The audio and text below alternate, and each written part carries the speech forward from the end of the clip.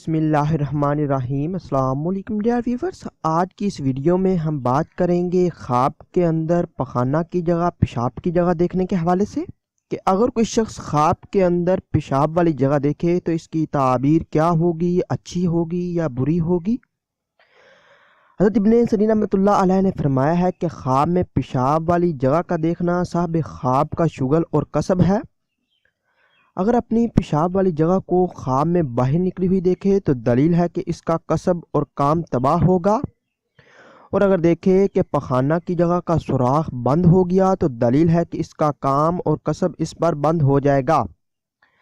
حضرت جعفر صادق رضی اللہ تعالیٰ نے فرمایا ہے کہ خواب میں پخانہ کی جگہ کا دیکھنا 3 وجہ پر ہے: کسب، مال کی منفت اور معیشت۔